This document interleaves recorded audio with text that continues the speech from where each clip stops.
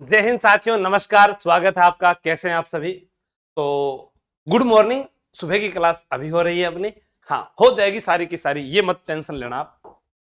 कभी भी हो सकती है, क्लास का कोई समय निर्धारित नहीं है, क्योंकि पढ़ाई का कोई भी समय नहीं होता है। तो अपने बात करें, किसकी बात करेंगे भाई? बात करेंगे अपने जयपुर का कछुआ वंश। और अभी यहां पर अपने बात करते हैं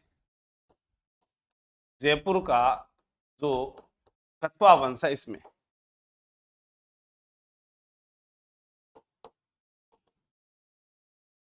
मानसिंह प्रथम। मानसिंह प्रथम जो है 1589 ईस्वी से 1614 ईस्वी तक अपने को पढ़ना है।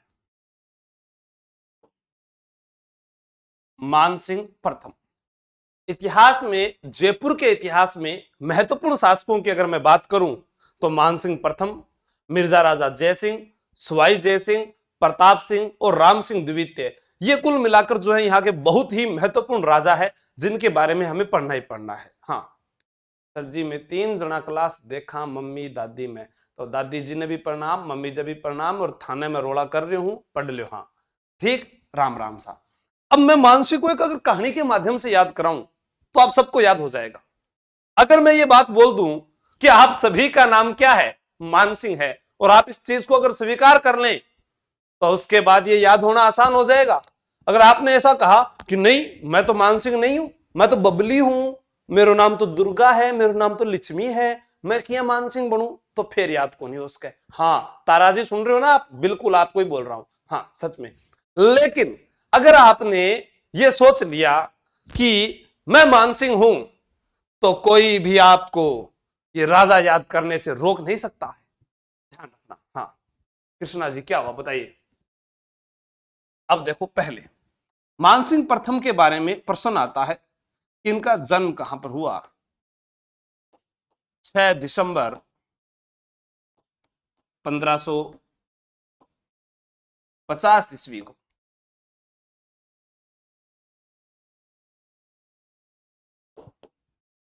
मौजमाबाद में जन्म।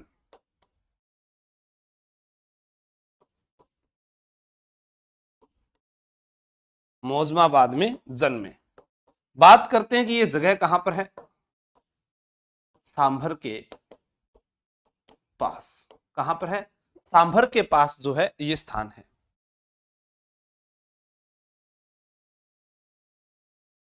पिता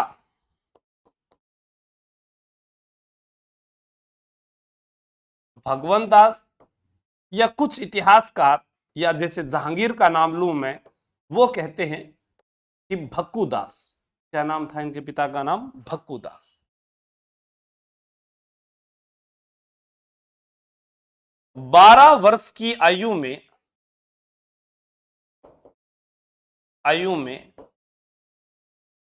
1562 ईस्वी में हरकाबाई के विवाह के समय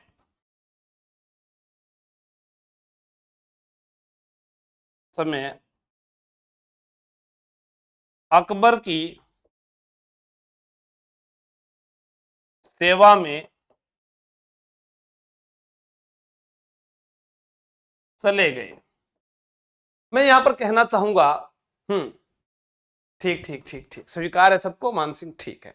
अभी एक बात कहना चाहूंगा आपको कि पहले अपने एक प्रश्न पढ़ करके रीति रिवाज या प्रथाओं में आपने पढ़ा होगा कि दुल्हन के साथ उसका जो भाई या कोई बहन जो भी उसके साथ आता है, उसे क्या कहते हैं? ओलंदी, जो अपने पढ़ कर गए थे, नवविवाहिता के साथ जो आती है।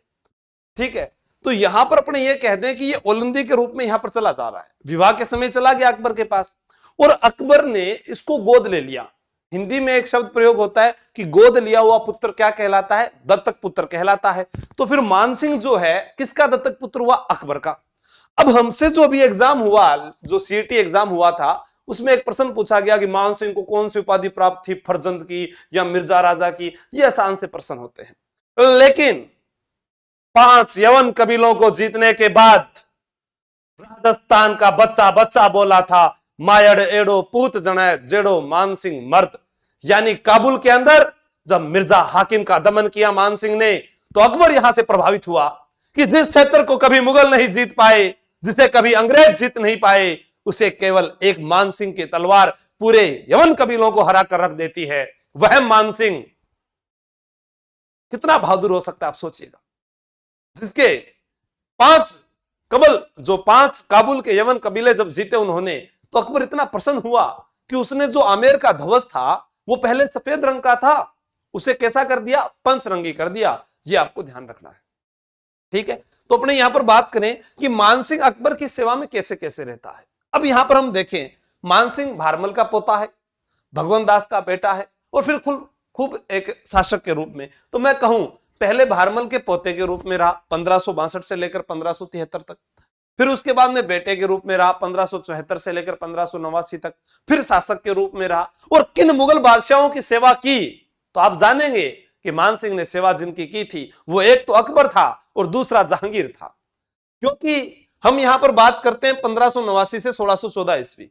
आपको यह भी मालूम होना चाहिए कि अकबर गद्दी पर कब बैठा था, 1556 में, और 1605 में अकबर की मृत्यु हो जाती है। तो 1605 में जब अकबर की मृत्यु हो गई तो गद्दी पर फिर कौन बैठा, जहांगीर। तो इन दो की सेवा इसने की। तो मुगल बादशाहों का शासनकाल भी आपको याद होना चाहिए, आगे किसी ना किसी टॉपिक में मैं आपको करवा दूंगा, ठीक है। हाँ, आगे चलते हैं।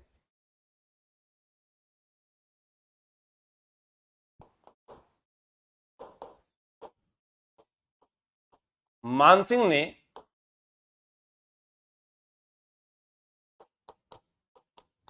मुगलों की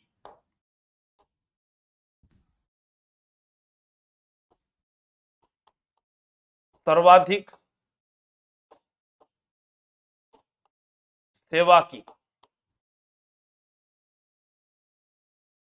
अब आप देखो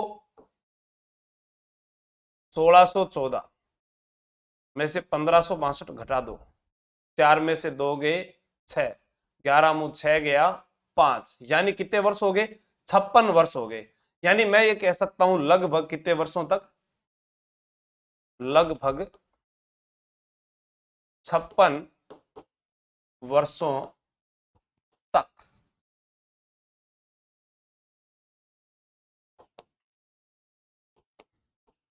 भारमल के पौत्र के रूप में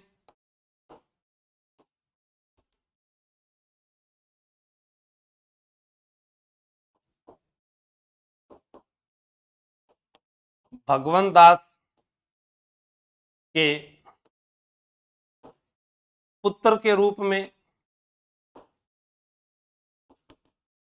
भारमल के पौत्र के रूप में, भगवंत दास के पुत्र के रूप में, भारमल के पौत्र के रूप में। यहां पर अपने बात करें तो कब गया था भाई, 1562 ईस्वी से 1573 ईस्वी तक पोते के रूप में कार्य किया।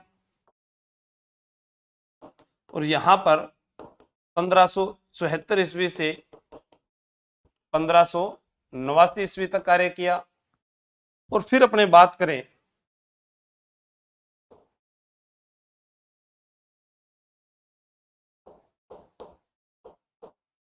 आमेर के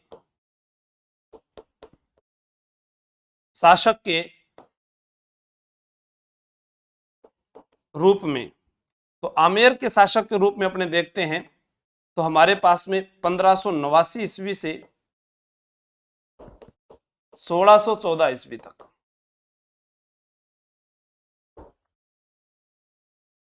नोट लगाकर अच्छी बात लिखना। मानसिंह अकबर का दत्तक पुत्र था। राजपूतों में सर्वाधिक मनसब 7,000 का मानसिंह को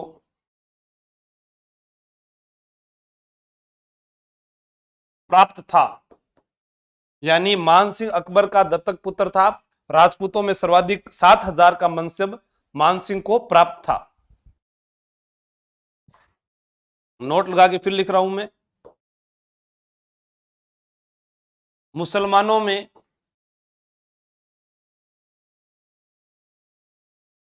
सर्वाधिक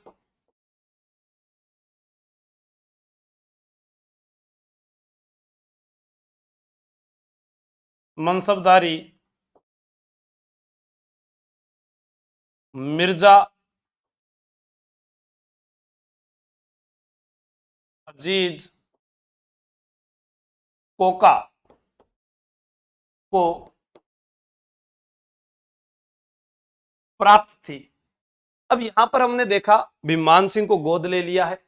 अब आप यहां से अपने आप को मानसिंह मानना स्टार्ट करें और जो मैं कहानी आपको बता रहा हूं उस कहानी को पूरा सुनिएगा, एक सब्जेक्ट पूरा होने के बाद अंकुर जी, ठीक है। अब देखो, नोट कर लिया होगा, ये नहीं किया तो बाद में पीडीएफ में पढ़ लेना बाकी इतना टाइम बहुत होता है। अब आप कुछ मत करो, अपनी कॉपी उठाओ और उस कॉपी को बढ़िया सा एक चित्र बनाना है, सुंदर सा चित्र बनाओ ऐसे। ये क्या हो गया? अरे भाई क्या हो रहा है? ये कछु समझ नहीं आ रहा मेरे को। अरे भाई ये क्या हो रहा है भाई? ऐसे ऐसे एक चित्र बनाओ। बना लिया क्या? सुंदर सा चित्र बनाना। जिसने भी ये चित्र बना लिया है उसको मानसिंह याद हो गया है। सच में? हाँ, चाहे आप आरएस की तैयारी करें चाहे फर्स्ट ग्रेड की तैयारी करें, आपको याद होने से मतलब है। और ऐसा बना के देखो अपनी कॉपी में, नहीं होता तो फिर मुझे बताना। यहां लिखो मानसिंह। आप सभी का नाम क्या है? मानसिंह। अरे वाह भाई, आपने क्या नाम बताया आपका? मानसिंह। चलो ठीक है। आपको गोद किसने लिया था बताओ? हमको गोद लिया था अकबर ने। अरे वाह, अकबर ने गोद लिया था, ये भी आपको याद हो गया। अकबर ने आपको क्या कहा? अकबर ने आपको कहा बेटा। बेटा यानी फर्जंद। क्या कहा? बेटा। यानी आप अकबर के दत्तक पुत्र हो गए। अब अकबर ने कहा बेटा पढ़ाई करो। क्या करो? पढ़ाई करो। कितने रुपए? 7,000 रुपए दिए। तो 7,000 का क्या दे दिया? मनसब। वेरी गुड, 7,000 का मनसब हो गया। तो उसके बाद में कहा अरे भाई मैं तुम पर बहुत विश्वास करता हूं बेटे, विश्वास पात्र राजपूत राजा। फिर कहा अरे बेटा मानसिंह, तुम है ना हल्दी घाटी कोचिंग में पढ़ने के लिए चले जाओ। अच्छा, हाँ, बहुत बढ़िया राहुल जी। हाँ, तो हल्दी घाटी कोचिंग में चले जाओ। हल्दी घाटी जो है ये कोचिंग कहां पड़ती है जी? हल्दी घाटी कोचिंग राजसमंद जिले में है। अच्छा, यहां पर कौन पढ़ाते हैं? यहां पर महाराणा प्रताप जी स्पेशल क्लास लेते हैं। कौन क्लास लेते हैं? महाराणा प्रताप जी। हाँ, वीर श्रोमणी महाराणा प्रताप।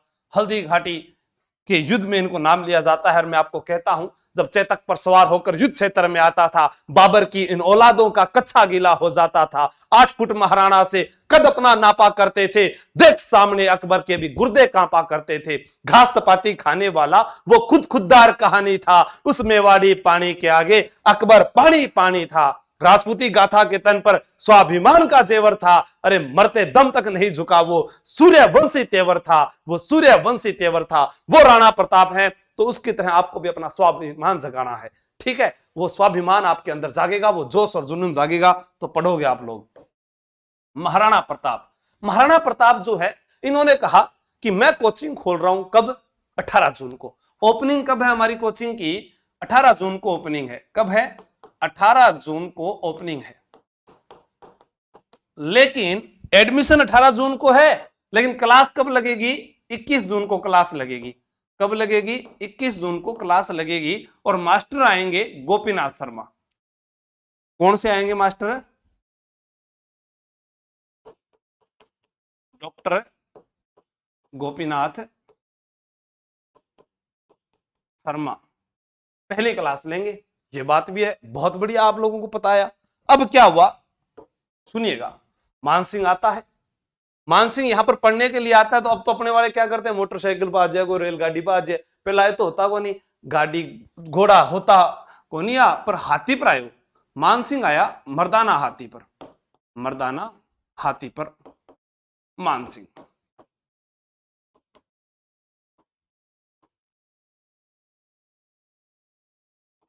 और हल्दी घाटी में राणा प्रताप चेटक पर सवार थे, चेटक पर। और तब याद आता है, चेटक चढ़ गयो हाथी पर जब मान सिंह घबराए, भालो फेंक्यो राणा जी जब होंद्यो टूट्यो जाए, अचाली मेवाड़ी तलवार हो गया खूना में खंगार, ओ राणा सुन तो ही जाजे जी। तो राणा जी जो है वो यहां पर युद्ध करते हैं, और इसे इतिहास का ऐन निर्णायक युद्ध कहा जाता है। मैं आपको एक उदाहरण के रूप में समझाऊं। आपका नाम क्या था, मानसिंह। गोद किसने लिया, अकबर ने। क्या कहा, बेटा। किस भाषा में, फर्जंद। अच्छा ठीक है, कितने रुपए दिए पढ़ने के लिए, 7,000। क्या कहा, विश्वास बहुत है बेटा, कोचिंग करने आंसू सर के पास जा रहे हो, जयपुर आर्यवर्त अकेडमी में। नहीं नहीं नहीं नहीं, अरे हल्दी घाटी में जा रहे हो। हल्दी घाटी में कहां पर, राजसमंद में। कौन पढ़ाते हैं, महाराणा प्रताप। कब ओपनिंग है, 18 जून को। पहली क्लास कौन लेंगे, गोपीनाथ शर्मा। यानी कहने का तात्पर्य, हल्दी घाटी का जो युद्ध है वो कब लड़ा गया, 18 जून को। 21 जून किसके अनुसार, गोपीनाथ शर्मा के अनुसार। मानसिंह हल्दी घाटी में मुगल सेना का नेतृत्व करता है, किस हाथी पर, मर्दाना हाथी पर। महाराणा प्रताप चेटक पर थे। बाकी तो हल्दी घाटी की पूरी कहानी अपने मेवाड़ के इतिहास में पढ़ेंगे, कि वहां पर जो आप पढ़ते हैं, गजमुक्ता है, गजराव है, राम प्रसाद, जो पीर प्रसाद नाम दिया गया हाथी को, या जो राणा प्रताप की सेना में जो भी नाम आते हैं, या फिर हम पढ़ते हैं कि मुगल सेना में कौन कौन थे, उन सबको तो कहां पढ़ेंगे हम, मेवाड़ के इतिहास में। लेकिन उससे पहले कुछ थोड़ी थोड़ी बातें जाननी है। हल्दी घाटी अनिर्णायक युद्ध, यानी आप सफल नहीं हुए पेपर में, सफल नहीं हुए तो घर पर वापस आए। अब घर में देखो, जब अपने शुरू में पढ़ते हैं पहली बार, तो मम्मी पापा बहुत फिक्र करते हैं, बार बार उन्हें लगता है पढ़ाई तो करता नहीं है, फेल हो जाता है, तो उसकी इज्जत कम हो जाती है। सेम यहां पर वही हुआ। अब ये मानसिंह यहां से अनिर्णायक हुआ, तो बंदायूनी जो था हल्दी घाटी युद्ध का, जिसने आंखों देखा वर्णन किया था, मुंत खाब उल तवारिक नामक ग्रंथ में। किस ग्रंथ में, बोलो एक बार, मुंत खाब उल तवारिक। उसने आकर किसको बोल दिया, अकबर को। अकबर को क्या बोला कि ये तो वहां पर राजपूत था और उसने पक्ष ले लिया, ये जीता नहीं। अकबर ने क्या किया, दरबार की ड्योढ़ी बंद कर दी मानसिंह की, और उससे मनसब छीन लिया, और उसे सूबेदार बना दिया। अब ये सूबेदार बनता है, तो इसमें अपने क्या करेंगे, मानसिंह की दरबार ड्योढ़ी बंद और मनसबदारी छीन ली।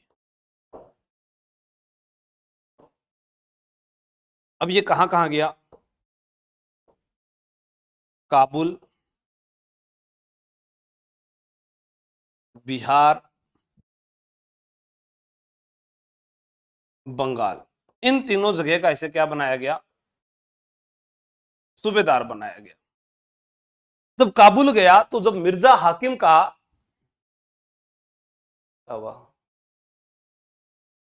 मिर्जा हाकिम का दमन किया, 5 यवन कबीले जीते, तो उसके बाद में मानसिंह की जो है इज्जत वो ज्यादा बढ़ जाती है, और अकबर खुश होता है।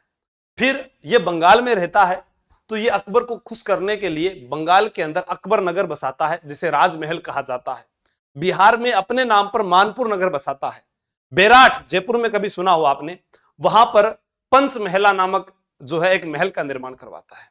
आपसे प्रश्न पूछा जा सकता है कि अकबर और मानसिंह की पहली मुलाकात कहां हुई, बेराठ और रतनपुर में। कहां हुई, बेराठ जनवरी में, फरवरी रतनपुर में हुई। मानसिंह अकबर का सबसे विश्वास राजपूत राजा था, जिसे 7,000 की मनसबदारी प्राप्त थी। मनसबदारी प्रथा की शुरुआत 1575 में अकबर के द्वारा की जाती है, यह भी आपको ध्यान रखना है, ठीक है। हाँ, अब अपने आगे बात करते हैं। भाई यहां पर आप असफल हुए तो आपको क्या दे दी, सूबेदारी। अब आपने सोचा भी मैं इतना शक्तिशाली राजा, और मेरा नाम खत्म हो रहा है आमेर के पन्नों में, ऐसा नहीं होने दूंगा मैं इसके लिए कुछ करूंगा। तो ये कुछ करता है। इसमें आप वो चीजें करना जो आप लेकर आए। आप मानसिंह हो ना? हाँ, अच्छे राजा हो। ठीक है, क्या लेकर आए आप? ब्लू पोट्री कला। Very good. ब्लू पोट्री कला कौन लेकर आए? आप लोग लेकर आए। कहां से लेकर आए ये आगे बताऊंगा। और क्या लेकर आए? मीनाकारी।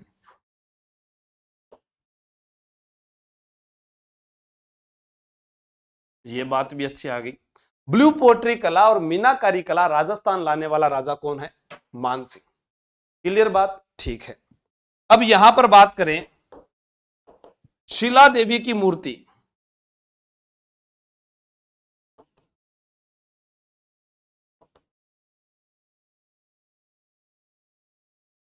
ये भी लिया है आप, बहुत अच्छी बात है। अब आपने क्या सोचा कि मैं आमेर में महलों का निर्माण करवा दूं। 1592 ईस्वी में आमेर में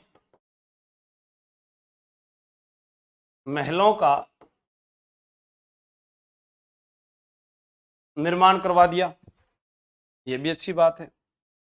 अब इसके अलावा वृंदावन में गोविंद देव जी का मंदिर बनाया, पंचमहला में जो बेराठ में पंचमहला बनवाया, या पुष्कर में मान मंदिर जिसको अपने बोलते हैं, मान पैलेस जिसको बोलते हैं, उसका निर्माण करवाया। या फिर अपने बात करें कि अन्य जो मंदिर जो बिहार में बंगाल में बनवाए, या बंगाल की जो भूमि थी उसको 3 भागों में बांट दिया। ठीक है, तो उन सब चीजों को अपने को मद्देनजर रखना है, ये आपको याद रखना है। हाँ, अब यहां पर मैं ये कह दूं 1614 ईस्वी में मानसिंह की मृत्यु क्या हो गई? मानसिंह की मृत्यु हो गई। तो एक बार आप इसको नोट कर लीजिएगा, फिर मैं आगे की कहानी आपको और बताता हूं थोड़ी सी।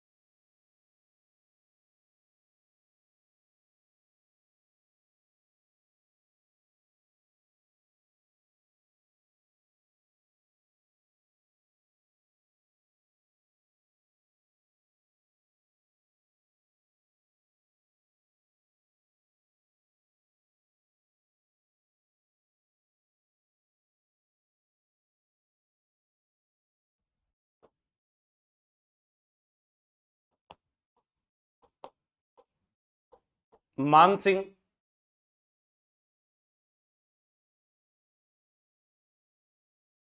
की अकबर से मुलाकात। बस अब पूरी की पूरी स्टोरी को लिखते जाइएगा आप।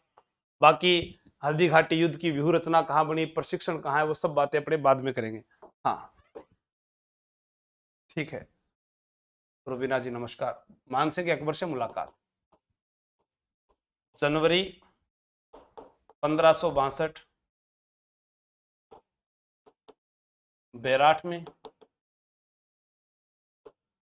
फरवरी 1562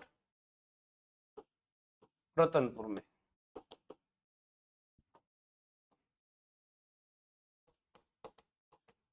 1562 ईस्वी में मानसिंह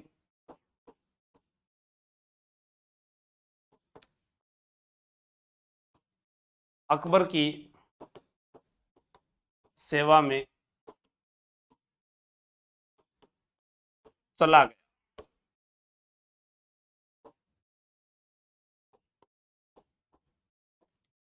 अकबर का सर्वाधिक विश्वास पात्र राजपूत राजा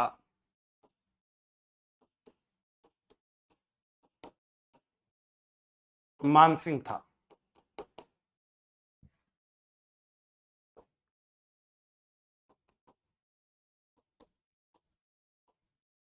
मानसिंह का पहला अभियान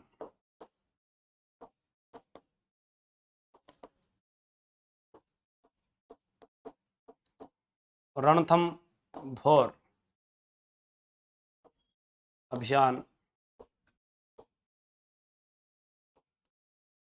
1569 ईस्वी।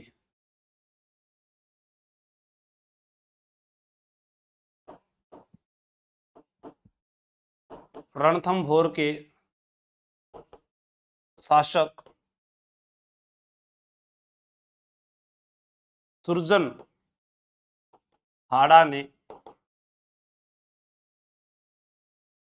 अकबर की अधीनता स्वीकार की।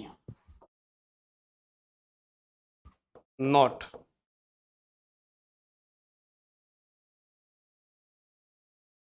इस अभियान में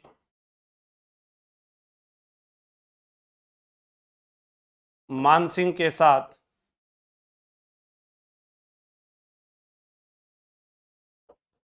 दादा भारमल,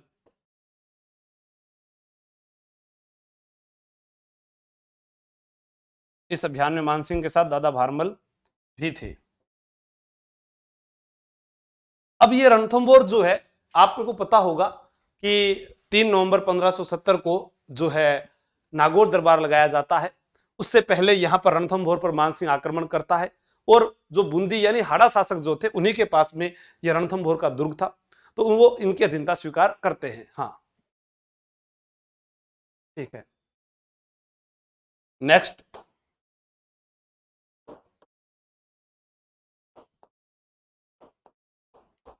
1572 ईस्वी में 1572 ईस्वी में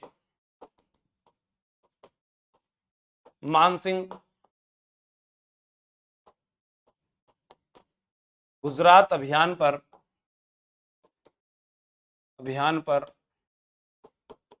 गया और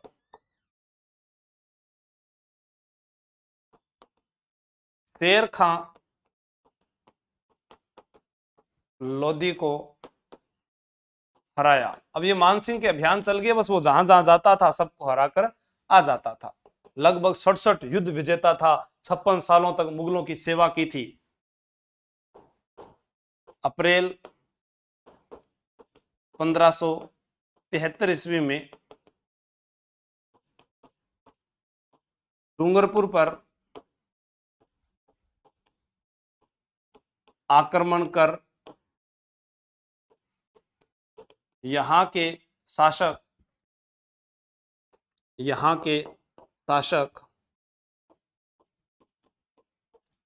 आस्करण को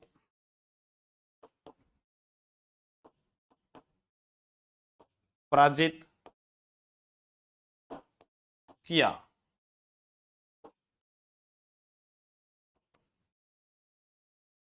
जून 1573 ईस्वी में जब डूंगरपुर पर आक्रमण कर लिया था, तो 1572 में आप लोगों को पता होगा, देखो यहां पर अप्रैल 1573 की बात है, 1572 में कहां गए थे? गुजरात। तो 1572 में ही महाराणा प्रताप जो है मेवाड़ की गद्दी पर जो है राजा बने थे। हाँ, जयपुर में ये सब कुछ कृष्णा जी, तो वो क्या बोलते हैं उनको, महाराणा प्रताप जब 1532 में गद्दी पर बैठे तब उन्होंने अकबर की अधीनता स्वीकार नहीं की। अकबर ने संदेशा किसको भिजवाया? मानसिंह को। मानसिंह गुजरात अभियान से आ रहा था, आते हुए कहा डूंगरपुर को सल्टा दीजिए, और डूंगरपुर जो है वहां से आने के बाद में उन्होंने ये कहा कि आप मेवाड़ में जाकर राणा प्रताप से मिलिएगा। तो डूंगरपुर में जाकर आस्करण जी को पराजित किया, और उसके बाद जून 1573 में अकबर ने मानसिंह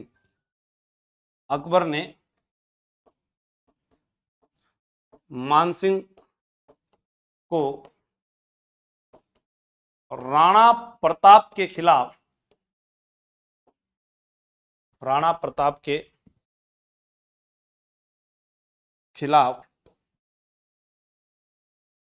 दूसरा संधि प्रस्तावक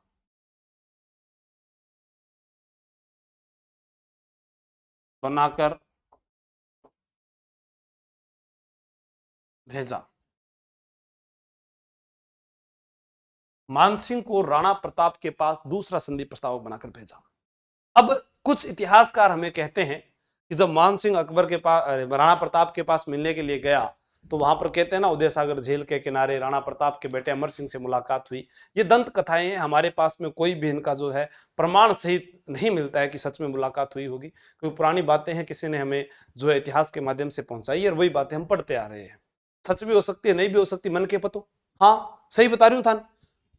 जितने भी टीचर पढ़ा रहे हैं ना, उनके पास स्वयं का ज्ञान नहीं है, ये आप ध्यान रखना। किताबों से पढ़ा और उसी को आपके पास पढ़ा रहे हैं। कोई भी ज्ञानी महात्मा नहीं है कहीं आप सोचो कि हाँ ये बहुत बड़ा ज्ञानी टीचर है, कोई ज्ञानी नहीं है। किताबें उनके पास थी, किताबों को पढ़ा और आपके सामने प्रस्तुत कर दिया। हाँ, पढ़ाने का तरीका और शैली जो है वो अलग हो सकती है, ठीक है। कोई बात करके टाइम पास कर सके है, कोई पहला बोर्ड पर लिख के पढ़ा सके है, कोई थाना आगे मेहनत करके पढ़ा सके है। हाँ, लेकिन जो पहले से बोर्ड पर लिखे वो काम आप भी कर सकते हैं। हाँ, आप सारा कुछ लिख लो, बिग बाद में पूरा दिन पढ़ाता रहो, कोई दिक्कत नहीं। लेकिन आपके पास खुद का अर्जित ज्ञान कितना है उसे आप कह सकते हैं। तो इसलिए आप डरे मत कि हमें याद नहीं हो रहा है, याद धीरे धीरे होगा, माने भी कौन ही हो, मैं भी याद कर तो थारे सामने पढ़ा रहा हाँ, क्योंकि 2-3 साल हो गया तो पढ़ाता पढ़ाता यहाँ टाइम निकल गया। अब बात कर रहा हूं वापिस टॉपिक की। तो यहां पर जब अकबर भेज देता है मानसिंह को और वहां पर मुलाकात होती है अमर सिंह से, तो अमर सिंह जी से कहते हैं मानसिंह कि भाई पिताजी से मिलना है। तो अमर सिंह ने कहा रुको रुको जरा सब्र करो, पिताजी अभी खाना खा रहे हैं। ठीक है, आप बैठ जाइए यहाँ पर। वो बैठ गए, पंडाल में बैठे रहे। अब मान सिंह दिल कौन मान रहे हो कि नहीं, मैं तो राणा प्रताप से मिल रहे जासी हूं, क्योंकि उनके दिल में एक अलग से कॉर्नर बना हुआ था महाराणा प्रताप का, क्योंकि नजर में आ जाते उनका कॉर्नर बना लेते थे। अब भाई कॉर्नर दिल में बना हुआ है, मान सिंह जो है वो इंतजार कर रहे हैं, शाम हो गई नहीं मिले। तो फिर बाद में कहा ये अमर सिंह अच्छा नहीं है, मैं तुम्हें देख लूंगा। तब अमर सिंह के पास में एक सेनापति खड़ा बताया, उसने कहा अरे रुको जरा मान सिंह, जाते जाते हमारा भी सलाम ले जाओ और जाकर अपने फूफा जी को दे देना। जब आप देखने आओ तो फूफा जी को साथ लेके आना, हम मेवाड़ी सरदार हैं, आपका इंतजार करेंगे। बस तभी मान सिंह को गुस्सा आया और वो जाता है अकबर के पास और अकबर को कहता है कि भविष्य में जब भी आपको कभी मेवाड़ का आक्रमण करना पड़े तो उसका नेतृत्व करने का जिम्मा मुझे सौंपा जाए। और यही कारण था कि आपस में मुगलों ने राजपूत को लड़ा दिया था, वरना महाराणा प्रताप और मानसिंह की बहादुरी आप लोगों को अलग अलग जगह देखने पर मिलेगी। जैसा मैंने कहा कि वो स्थान काबुल के 5 अब आगे जाकर जीतेंगे, वो यहां वो असफल रहे हैं। मुगल ये कहते हैं कि हल्दी घाटी हमने जीता है और हमारे व्यक्ति कहते हैं कि हमने जीता है, लेकिन इतिहास कहता है कि यह अनिर्णायक युद्ध रहा था। हाँ, चान गर्म कर लो, 2 क्या मेरे रखा है, 2 कप क्या मेरे रखे चाय वाला, गर्म कर लो थोड़ी देर में। हाँ, तो प्रस्ताव बनाकर भेजा। अब हल्दी घाटी युद्ध का नेतृत्व किसे सौंपा जाएगा, मानसिंह को। अकबर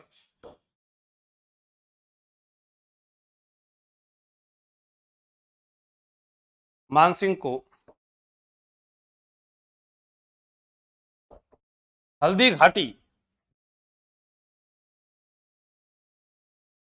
युद्ध का नेतृत्व सौंपता है। हल्दी घाटी युद्ध का नेतृत्व सौंपता है, तो आइए थोड़ा सा अपने हल्दी घाटी की ओर विचार करते हैं। हरियाला बनाओ मारा प्यारा बना, बनो को नहीं के अठे बन्ना जी थारो, ओहो के बना रहे हो यहाँ। राजस्थान कौन बनाना होगा था? अरे राजस्थान का जिला चेंज हो गया जना, मेरा हाथ में थोड़ी है। ये लो भाई, वाह, पतंगाकार आकृति का, रोम्बुस आकृति का वही राजस्थान आपनो है, जो थे समझ रहे हो। थोड़ा जिला टेढ़ा हो गया तो थोड़ा मैप भी यही बन गया। अब देखो यहां पर, यहां है जयपुर, क्या है जयपुर, और जयपुर के पास में त्रिभुज की आकृति का जिला और त्रिभुज की आकृति के जिले के नीचे आयत की आकृति का जिला और आयत की आकृति के नीचे यहां पर तिलक की आकृति का जिला। ये अजमेर है, क्या है अजमेर, ये भीलवाड़ा और ये राजसमंद। अजमेर, भीलवाड़ा और राजसमंद और ये जयपुर। अब कहानी कहां से शुरुआत होती है आपको पता ही है, ये दोनों में लड़ाई होगी ना। हाँ, अब यहां पर मानसिंह है, मानसिंह। अब मैं आपको एक शॉर्ट तरीका और बताता हूं, आप वैसे याद कीजिएगा। आप ये सोचिएगा एक क्रिकेट का मैच होने जा रहा है और उस मैच का कप्तान कौन है? मानसिंह है। टीम कहां पहुंची है? जयपुर पहुंची है। मुगलों की टीम है जो जयपुर पहुंच गई। अब जब टीम कहीं जयपुर आती है या राजस्थान में आती है तो एक बार तो राजस्थान घूमने का मन करता ही है। तो मानसिंह ने कहा भी टीम को घुमा कर लाओ, तो वो ले गए अजमेर। अजमेर में मुस्लिम शैली में बना हुआ दुर्ग दिखाया, क्योंकि मुगल थे ना ये, तो ये चले गए मैगजीन दुर्ग में। कहां चले गए? मैगजीन दुर्ग में।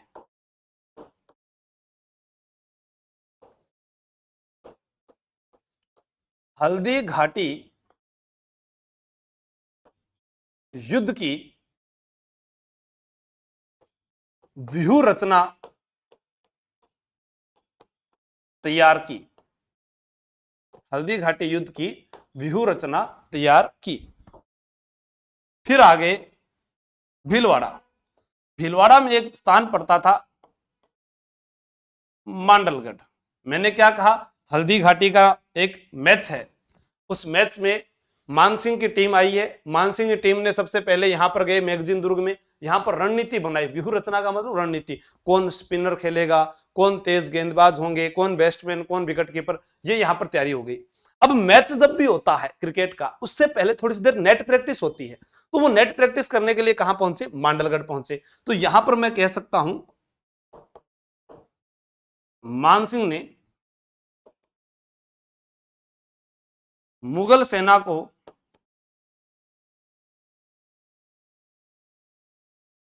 प्रशिक्षण दिया।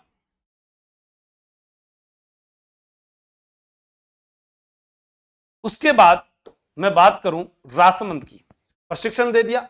अब मैच खेलना है, और मैच खेलने के लिए मैदान में उतरना पड़ेगा। तो यहां मैदान है वो है हल्दी घाटी, और हल्दी घाटी का जो युद्ध है यानी मैच है वो 18 जून 1576 को होना था, लेकिन बरसात आ गई हल्दी घाटी में, तो ये मैच खेला गया 21 जून 1576 को। ऐसा किसने कहा है? गोपीनाथ शर्मा ने।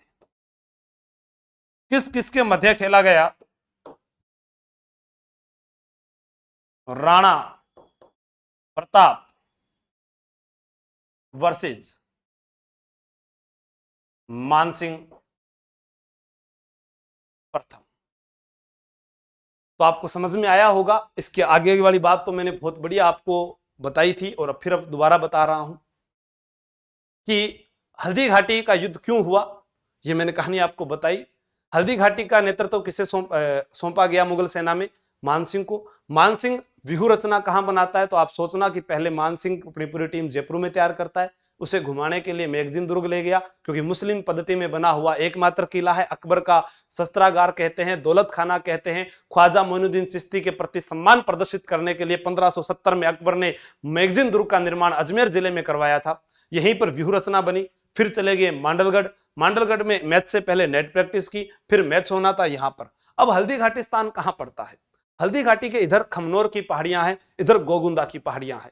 अबुल फजल ने इस युद्ध को खमनोर का युद्ध कहा और बंदायूनी ने इसे गोगुंदा का युद्ध कहा। बाकी जो है आप आगे पढ़ेंगे तब आपको पहचान मिलेगी कि पूरा जो अपने इसको बनाएंगे वो सारा का सारा किसमें बनाएंगे? मेवाड़ के इतिहास में। तो आज अपने इतना ही पढ़ते हैं हल्दी घाटी तक, फिर इसके आगे के जो अभियान रहेंगे, क्योंकि यहां से मानसिंह जो है उसके दरबार की डोडी बंद कर दी जाएगी, उसके बाद फिर उसे सूबेदार बनाया जाएगा, फिर वो जो नई नई कलाएं लेकर आएगा राजस्थान में, उनके बारे में पढ़ेंगे। ठीक है दोस्तों, धन्यवाद। जय हिंद, जय भारत।